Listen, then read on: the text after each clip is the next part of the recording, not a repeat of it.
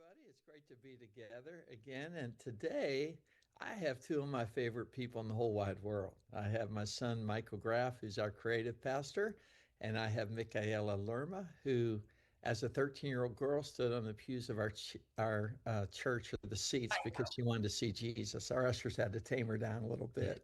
But she went from being that little girl to our creative producer, and she does an amazing job. Guys, thanks for being on today. Yeah, thanks for having us. Yeah, absolutely. I'm looking forward to it. Well, hey, we're going to talk today about why Christmas crowds have increased like they have. And I think this is a good starting point. Guys, what are your favorite parts of Christmas? I will go first. I love Christmas. Pastor, you know this about me. Uh, I start thinking about Christmas literally in May. I love it. It's my favorite time of the year. And I love the memories that we get an opportunity to make together. So many have been made over the last decade of me being on staff, and I just love it. Every year is just another opportunity to do that again and do it in different ways and new ways. So it never gets old for me. I always love it. Yes, Mickey had her tree set up at the beginning of October, so she's there all we in go. on There we Christmas. go. I Yeah. uh I think it's funny because I feel like in different seasons you just love different things about Christmas. So now that Copen and Cece are 5 and 4, it's just so fun to go through the Christmas season at that age where they're starting to kind of like learn the traditions and look forward to things and enjoying the different things that we do, whether it be at church or going through the Christmas lights in Cuero, all the different things. So for me, my favorite part of Christmas right now is watching my kids enjoy Christmas. It just brings back a lot of memories. Hey, you know your son is very competitive. I'm sure you know that, but we went to Outlaw Pass, and my goodness, I had to get some Pepto-Bismol when I got down on the go-karts with him Oh because he man, only knows one speed, that's and it. that speed is fast. Fast, But fast. anyway, guys, I'm going to take you down a little trip down memory lane because I want to talk about why I think Christmas crowds have increased and what we can do about it to further the kingdom, grow our churches. When I was a kid, let me just start with this. And so I went to Christmas Eve Mass or Christmas Day Mass every year of my life. But here's the kicker, everybody did.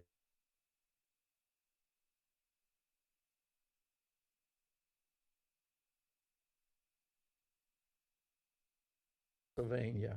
That drove into the county seat, which was Butler. It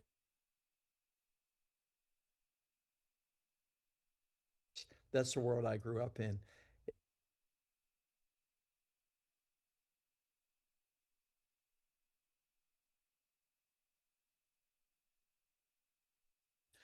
But let me tell you the two most Christmas and Easter, because we're going to see all kind of people we didn't see.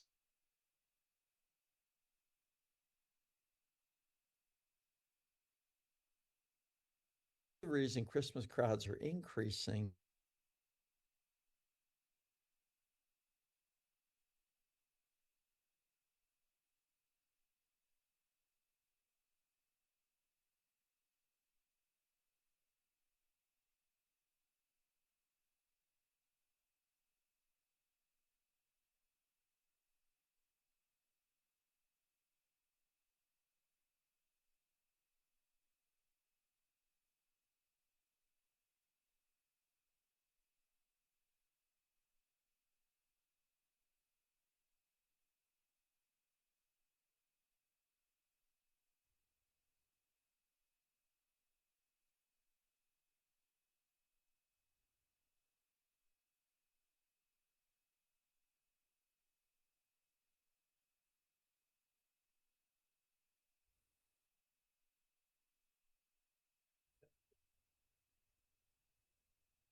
Hey guys, did you go off?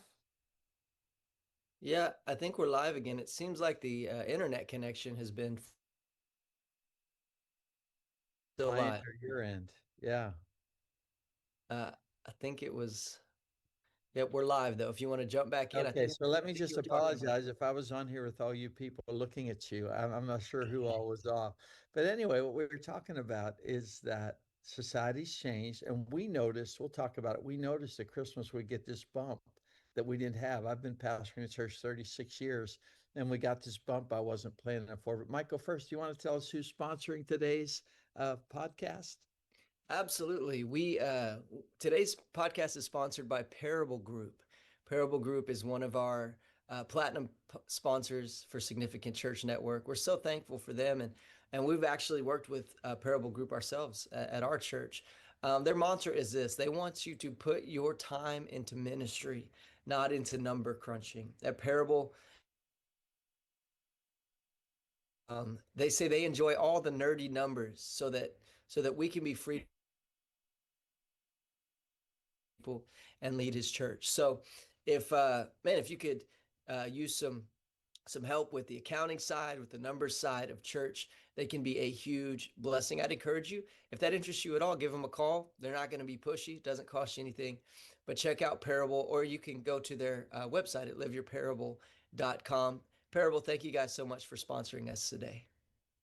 Yeah, well, hey, I'm really going to enjoy this today. And we're going to talk about four things. And again, what we want to do is we want to maximize the realities that we're facing during Christmas. And so we've done so many things like Advent calendars and, different things. But maybe we start here that for years, when you were a little girl, we did musical dramas. One of my favorite was whenever I was sitting in my office at our first campus and a big rain and a musical drama day, rain and high winds, and all the animals run out of the pen, and we're all out there trying to chase the animals. I don't know if you guys remember that. I might be too old, but anyway, then we started noticing, man, if we do it that way, everybody comes for a day, right? But we're not. It's just like we were an event. We didn't have an opportunity to reach their hearts. So we kind of came up with four things that have helped us maximize the season. And here's the first one: is it really does kind of start with a relevant Christmas series, doesn't it? Yeah. That we have to talk about something that the people really care about. And this year, what we're going to talk about is how there's so much confusion in the world, so much depression, so much anxiety, and what God had the angels sing about is the answer to that. Now, who doesn't fight stress, anxiety, and pressure at Christmas? So I'm just about done with message one right now. But, instead of doing a big event, getting them there for one day, we want to talk about something we know they're going to be excited to hear about. Yeah, for sure. So yeah, I mean, like Pastor said, everything we do from the series to the events we do weekly, everything is so intentional and encompassed around that. And for us, the holiday season really starts with one traditional service, and that's our Kids Day service. And it's a service that we set aside, and we just highlight what God is doing in our littles. And this was on the last Sunday of October, and man, we saw God move in big Our ways. He accomplished biggest crowd of the fall, right? biggest of the fall. We'll talk about why in a minute, but biggest crowd of the fall. Yeah. Yeah, for sure. And it was just so cool because we watched our kiddos, our youngest disciples of our church, stand on stage and share their own testimonies, and it was so cool this year because it wasn't something that we wrote for them or scripted for them, but it was theirs. And it was so powerful. I mean, kids as young as 6 years old getting up on stage, wanted to talk about, why they chose to be water baptized, and hearing a child say, I gave my life to Jesus and I want everyone to know. I mean, that's not just adorable for one, but that's revival, and that's discipleship taking root in the next generation. And we had so many different things happening, and one thing that I love so much is we really highlighted on our kids' gifts. Like every kid has a gift, has a call, and we have a special needs kid in our church who has some struggles and challenges, but he has a beautiful gift of drawing, and so he actually created our artwork for our Kids Day service. And guys, it was so powerful because from the stage our children's director was talking about what this day is all about and what we're celebrating in our young people today. And she said, in fact, our artwork behind me on our screen was drawn by our 6-year-old Daniel Esparza. Amazing. And he had his fist up in the air, and his him. And I'm telling you, it was so cool to see our church family believe in our kids and celebrate all of those things. And another thing that was really cool is, we got to celebrate how our tiniest disciples of our church, our 0 to 4, are learning how to store God's word in their heart. And they do cute little memory verses, and they were so proud that, like, I did it, I did it. And so all of that to say is, like, man, just having all these kids in the sanctuary, what moved me the most was just the families that come out to see and support their littles. You saw aunts and uncles, grandmas, grandpas, and just with their phones out, tears in their eyes, watching their kiddo just be brave and bold. And we're just seeing that those moments really do matter. Those moments mark families from start to finish. The service was so powerful. But um, one thing that is such a good reminder is that it's not just a creative service, but impact is really happening in the audience. And actually, in just a couple of weeks, we're actually going to be sharing a testimony at our Stories of Thanks about a couple in our church whose marriage was saved, literally saved, because their daughter got baptized at a Kids Day service 2 years ago. A Wow. little girl encountered Jesus, went home changed while her parents were going through a separation, and her transformation became the literal doorway that God used to heal their entire family. And so, man, that's the power of services like Kids Day. I mean, not just services, but miracles happen from stuff like this. And it was just a really awesome way to highlight what God is doing in our kids. That was good. I don't know if I ever told you guys this story, but I blamed it on you. So now I'll tell you, okay? But years ago, when we did musical dramas, I would always preach, right? Because we wanted there to be a message in the middle of it. And there's a guy who was more of like an event Christian, wasn't a part of any local church, just would show up for an event. And he wrote me an email and he said, "Why do you interrupt the production? Why do you talk in the middle of it?" And it was the one where I would hold, remember when I held Barnabas's chains and I talked about how we're all chained? It was that one. And so I just was polite with them back and forth. But afterwards, I was thinking, okay, so 100 people give their life to Christ, and you don't want me to talk, you know? But we got to realize there's an audience out there that now more than ever in my lifetime, it's an audience that is, hey, it's part of our holiday tradition. But what Jesus said, they honor him with their lips, but their hearts far from him. So Right. how do we maximize that? Well, first of all, a Christmas series where from day one, when you come, you learn why the Bible is so impactful is one of the first ways we do that. The second way is after that, Amy and I, who Amy was the one who was in Mickey's role before Mickey and was Mickey's mentor in her role. Amy and I talked and we said, let's try something different.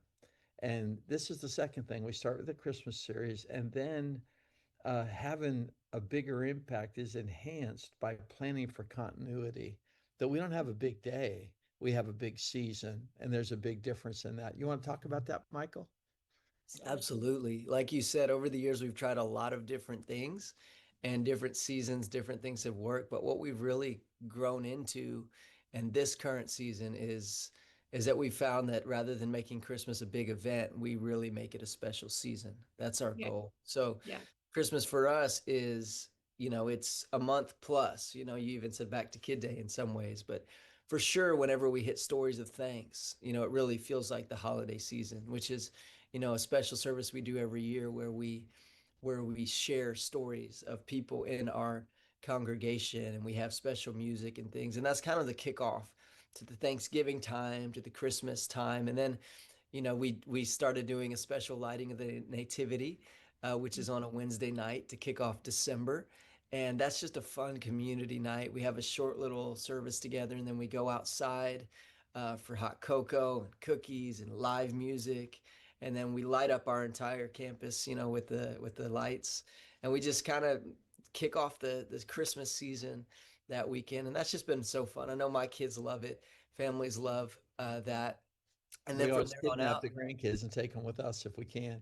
Yeah, You absolutely. guys get your kids a lot, but we take them, and Kimmy and Eddie, your in-laws, they like to take them too. They So do. Yeah. we And we have appreciate you being something. generous. Yeah. Yeah, we have a little radio thing where you can drive up and listen to the Christmas story if you want to, Yeah. just giving stuff for people to do, with their friends or with their families. And then from there on out, like you said, every Sunday we have something special happening. We have hot cocoa. Sometimes we'll have caroling happen around the church. We'll bring in a petting zoo and some snow because we don't get snow all the time down in South Texas.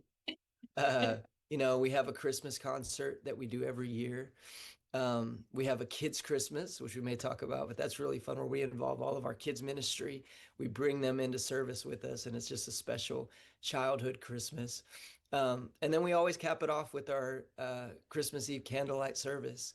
And that's just become a really special tradition that we have and that a lot of people have. We'll have, kids coming in with their families for that from out of town and different things. And we've kind of learned with the candlelight service what the specific traditions have become And that the people simpler the really better. We kind of learned with it, right? yeah, so Yeah. it's not like the Christmas concert. So we already do the Christmas concert, which is highly produced, but the concert is very community, family, intimate feeling. We have a candlelight passing at the end of it, and it's just become a really sweet time. And so what we've found is we utilize the whole month to create opportunities for people to make memories Yeah. celebrating Jesus. And that's really been a special thing for us the last several years. Mhm. Yeah, I'm going to do it real quick, and I'm going to tell you guys what a pastor. Well, I'll tell you what a pastor hears first, okay?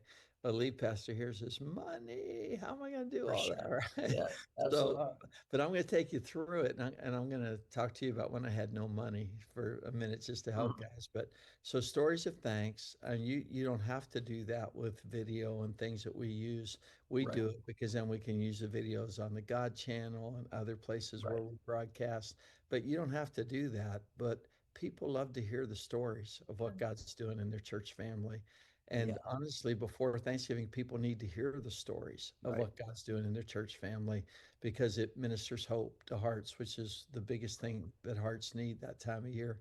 And then that's going to be a big service. So, Kids' Day, Daylight Savings Time is always a big Sunday because people get an extra hour to sleep, right? So, Yeah, you go that's from Kids' Day to Daylight Savings Time, and then they're looking forward to Stories of Thanks later that month.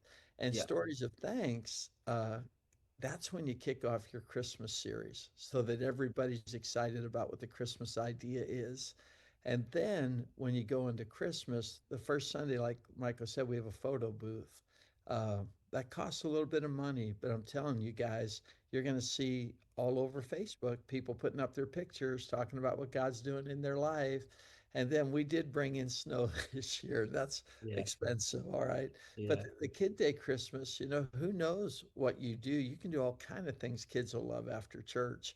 So yeah. I would just say the biggest point I'm making, because people have different budgets, is don't throw it all into one day, but Right. try to think about how to create an experience that begins to flow. And we're going to talk about how to carry it into the new year in just a second. Yeah, But the we want to share really practical things. And one is, if you don't have a Christmas series yet, pray for God to give you one so you can start getting people excited about what's going to happen over that season.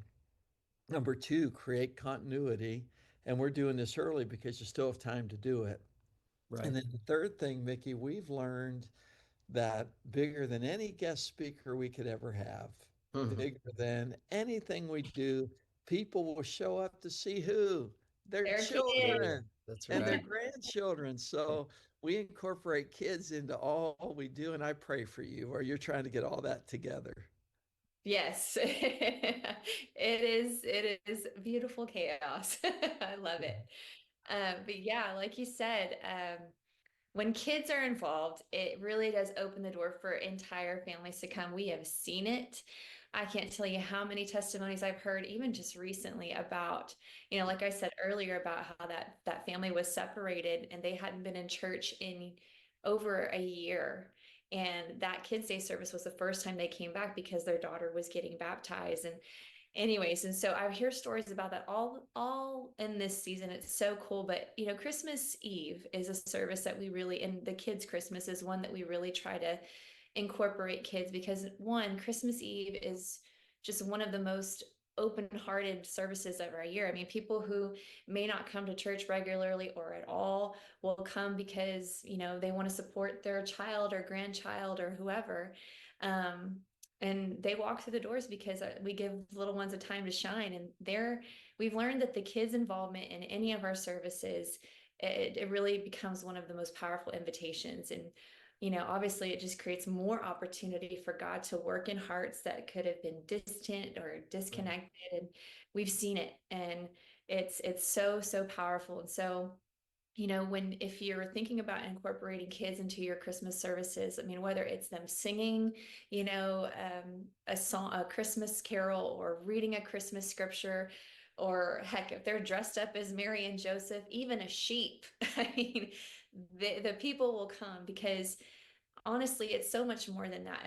And this is just my take on it. And I know so many others have said so many wonderful things about when our littles are up there ministering to us. But, kids don't overthink things. They're so pure, and they don't polish. They don't try to impress. So what we've seen is when they perform, when they're given an opportunity, what they bring is so real. And that realness helps us adults get back to that childhood, like that childlike faith, right? And there's something powerful about, like Michael was talking, there's just something so powerful about watching your own kid or niece or nephew just get up there and sing about Jesus or read a scripture about Jesus. I mean, that takes a lot of boldness, and they do it. And it's so hard not to be moved by that. And so it just brings such a tenderness into our services, especially for the people who are just in there that have grown cold or hard. I mean, it stirs, and we've seen it. And so, I'll share a quick story. One Christmas Eve, we had a little boy recite Psalm 150 before our drummer boy performance. That's kind of a tradition thing that we do around here. Michael and Jeffrey did a what do you call it, Mike? Arrangement. Arrangement. Their own arrangements. It's awesome, and our church family loves it. If we don't do it, they are upset. So we do it every year.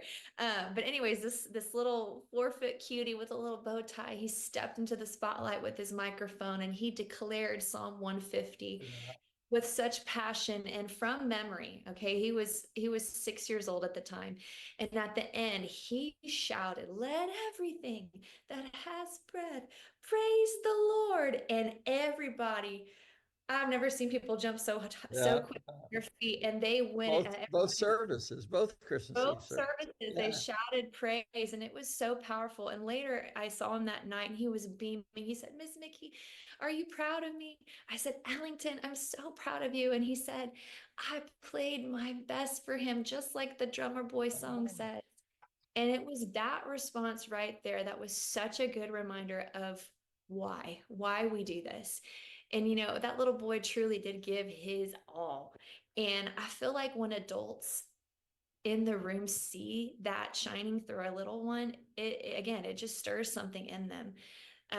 Like that childlike wonder, or that closeness with God that they've been missing, or just a simple joy of just worshiping without fear and just being bold. I mean, it's powerful. And so anyways, at the end of the day, it's not just about, giving our kids a moment on stage to be cute, but it's really comes down to just helping the Holy Spirit just have more moments in every heart in the room, and letting that wonder of children lead us back to the wonder of, Christ's birth in the manger. And kids have such a way of doing that. And so that's why we involve kids, and it's wonderful. It's powerful. Yeah. Well, we learned this, Mickey, whenever Amy was with us, that we couldn't believe that when we did a musical drama, we got to the point that we had 1/10 of our city in those productions at one point.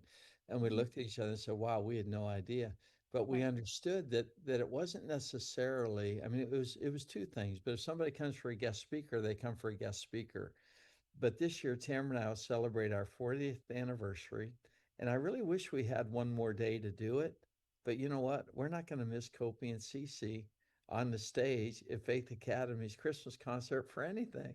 Right. So we delayed the day because we want to see them. And Jeffrey called me. He said, will you come preach for me on a Sunday in our new church? And I said yes. And I hung up and Tamara and I laughed and said, Jack, we're going to see our newborn grandson, you know. So Yeah. it's not even just parents, it's grandparents that it gets swept in. And so as you well said, Mickey, they don't have to do much. They really don't have to do much. And I know there are some pastors out there, and trust me, I get it. You're thinking, yeah, but I don't have a Mickey. I don't have a Michael. I don't have Pastor Jim, some what you have. Here's what I've learned is that you can find them. You know, you can find them. God put gifts in people. And the moment you want to do it, there are going to be people who can do what you could never do as a pastor. And they're going to make the whole experience of Christmas so much better because it's all about community anyway. So make sure when these people do their work, you brag on them because Yeah. everybody wants to be part of communities where people brag on each other too, right? Right. So here we talked about it is having a good Christmas series is the starting point for maximizing this thing in our society where people tend to come more at Christmas when they used to, though they may not come other times. Having something, a good Christmas series, then being in a place where you create continuity that causes people to continue to have reasons to come back. Because obviously, you're going to have a better shot if you can speak to their hearts for an hour and a half instead of 30 minutes, right? And then the third thing is get kids involved, get children involved. And then before Christmas is over, here's the fourth thing we're going to vision cast before Christmas is over. And we're going to let people know that January is going to be a great time. So for us, we're going into 100 days of prayer. We're having Wednesday nights where people can learn how to pray. We're celebrating what the presence of God can mean in people's lives. The theme for 2026 is going to be strong roots, great fruit. We're going to teach through some epistles and really uh, talk very authentically about how to connect with God in a way that is very, very transformational. So, again, I know for some people this is new because, guys, I remember when we were, pulling out on Friday and Saturday what we were going to preach on Sunday, and sometimes doing a funeral that week and trying to think of one more illustration, right? I remember that. And that was a special time too. But you still have time to start getting your people ready and to create something that I promise you it'll bring more people back into permanent spiritual growth in January than if you don't do this or even if you do a big production. Michael, anything you want to say before we go? Yes, I think that's great. I mean, that's something that I think a lot of churches have learned around the Easter season as well. Is, you don't just want to have a big Easter, but you want to have something to invite people into.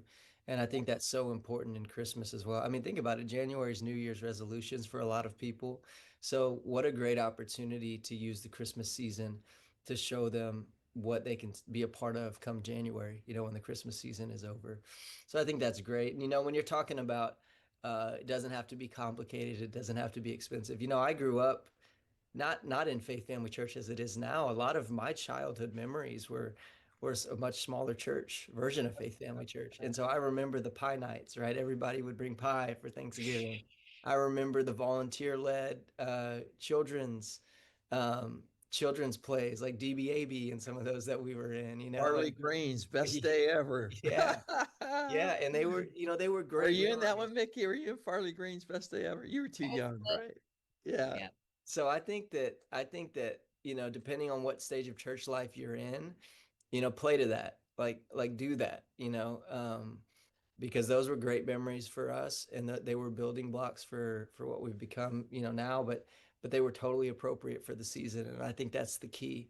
And I think that it can be done, and I think to me it kind of boil down to this. This is kind of what I've picked up from you when you've shared, and I'm sure you can make it better. But when you talk to our church, we kind of encourage them that Christmas is a great time for celebrating Jesus, right? Great time to celebrate Jesus. It's a great time to make lasting memories with our friends and family. And it's a great time to share the love of Jesus with others whose hearts are open. And I think if we keep those three things in mind, how are we building opportunities to That's really celebrate good. Jesus well? Yeah. How are we creating opportunities for people to make lasting memories with their friends and families?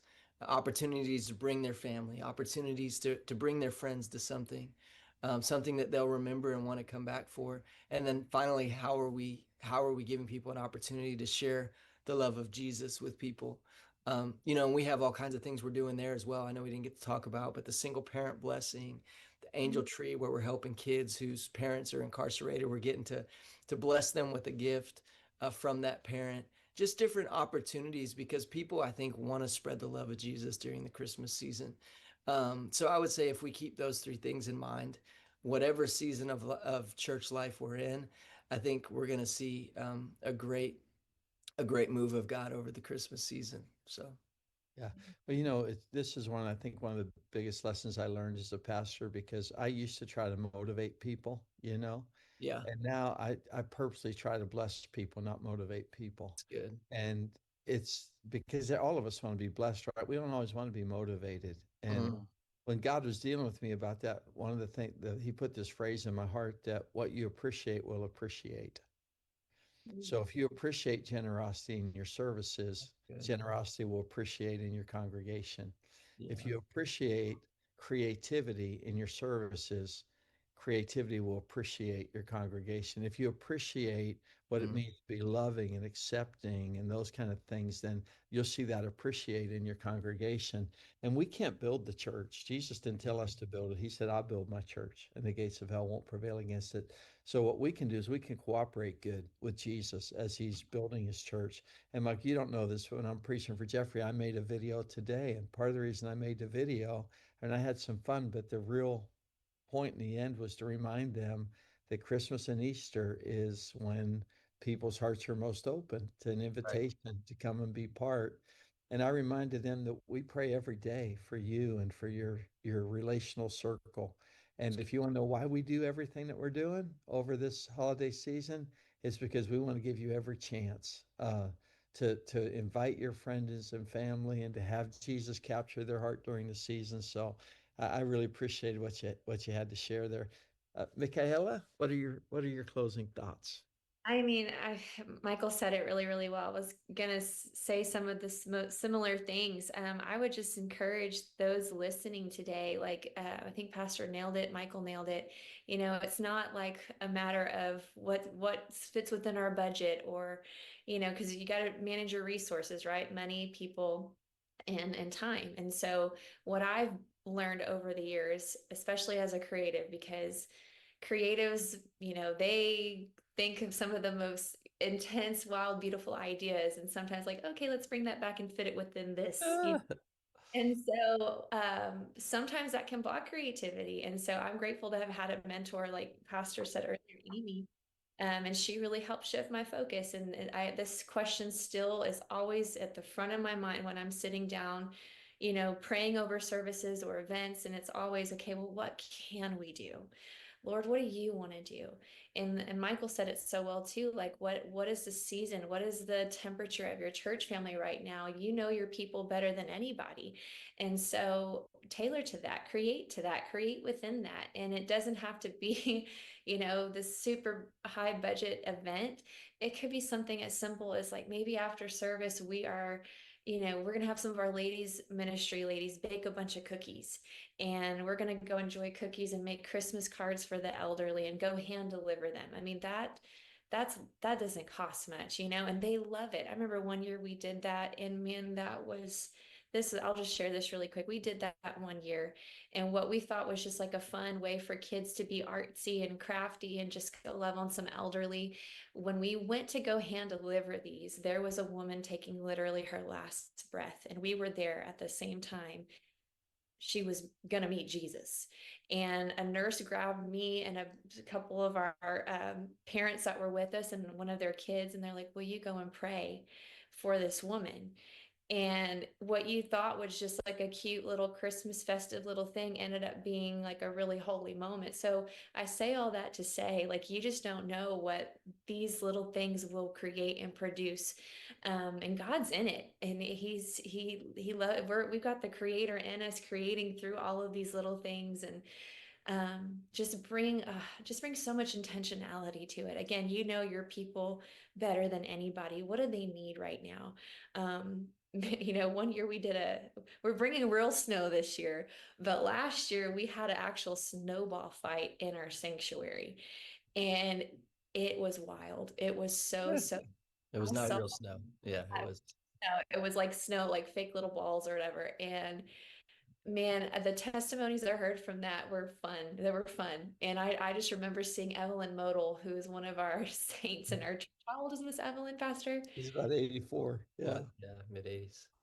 Snowballs. I mean, Peg and Pastor like again, think outside the box. You can have those fun, silly moments that help create Christmas magic, but then It creates family. Yeah, these people aren't Yeah. stuffy, right? Yeah. you guys Yeah. will get it. It'll be a great season. Yeah, that is so good. Well, thank you guys so much for being on today. And uh, Michael, can people see our Christmas Eve service online? Well, Sure. Yeah. how would they find that if they just wanted to watch it and say, let me take a look at Christmas Eve? Because some guys I know there are a lot of people watching, they may say, okay, a Christmas series, I can do that. I'll Yeah. think about how much budget we put towards trying to attract guests, and uh, Christmas Eve is simpler. Some Yeah. candles. Yeah. So where So could they see that? two ways depending on how you like to watch your stuff. You can go to our website, myffc.com. So myffc.com. That's Faith Family in Victoria. You could find all of our services there. One of those would be the Christmas Eve service. Or you could go to our YouTube channel, which is Faith Family Church Victoria. And on YouTube, you could find our Christmas Eve there as well. Search Yeah. Christmas. And Mickey, I think you said it really well when you talked about how over the years we've just done different things. And I'd encourage pastors that you can watch things to maybe start the conversation, but make sure you let the Holy Spirit do his work and start talking to people and bringing together the ideas for Christmas. And I remember the first time we ever did a musical drama, Emily was she was going to be born. She was still in Tamara's womb, and she gave us like 2 or 3 false alarms where we rushed to the hospital. No, not time yet. And the meantime, I was trying to get a musical drama together, and we pulled it off in 3 weeks, y'all, if you can imagine. We didn't have time to look for cast. I just chose them from people I knew in the church and said, "Hey, you're going to be Pontius Pilate. You're going to be, the high priest and all that kind of stuff." But anyway, it's fun. I want to say this as a pastor. Tamara would say this when I was a young pastor, and sometimes I wish I did some things better. She would say, "But Jim, people got who you are in that service." She said, "You don't realize who you are speaks even louder than what you say." Yeah. Because we are seeing people saved and all that. So, Pastor, here's what I want to say to you. Let people see who you are this Christmas. Let them feel the deepest part of your heart, and just go for it. So here's my last thing then, Michael. I'll let you talk about what we're going to roll at the end of this seminar, if that's good. Okay. But this is intentional. The next web podcast, which is in 2 weeks, we're going to be talking about building our volunteer teams. And here's why. At Christmas, what you want to do is swell your teams, right? Attract people with things that they'll want to be a part of for at least one service. Then tell your staff how important it is to be nice. All your leaders, how important it is to be nice.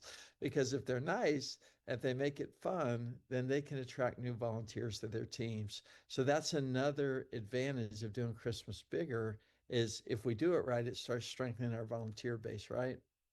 That's right. That's good. Is that going to be Pastor Joe Jr.? Yeah, Joe Jr. is going to be on with us, and he's always a blast to have with us. Anyway, well, Michael, what are we going to see next? Yes. So, okay, I'm excited to share this with you guys. We always try to keep this within the hour. So this is going to be a short little interview that Pastor Matt Mashburn, our operations pastor at Faith Family Church, had with Greg Daly. He is the chief visionary officer of Parable Group. And we talked a little bit about Parable earlier. We've worked with Parable. They're a church accounting and bookkeeping company, organization. And in this interview, you're going to hear more about what it is they do. I think you might hear a little bit about how they could be a blessing to you, maybe, and you'll hear more about their heart and some of that. So we're going to go ahead and sign off with this. We kept it at this time because we wanted to share a little bit of this interview with you guys. So I hope you'll enjoy it. I want to encourage you, if you're encouraged by it, reach out to them. Let them know you're with Significant Church, and I know that they would be really excited to be able to serve you. So we're going to let you hear a short little interview between Matt Mashburn and Greg Daly, the Chief Visionary Officer of Parable Group. Thank you guys so much for joining us. Pastor, anything you want to say before we go? No, bye-bye. We'll see you in a couple of weeks. Love you guys. Hey, good afternoon, everybody. Pastor Matt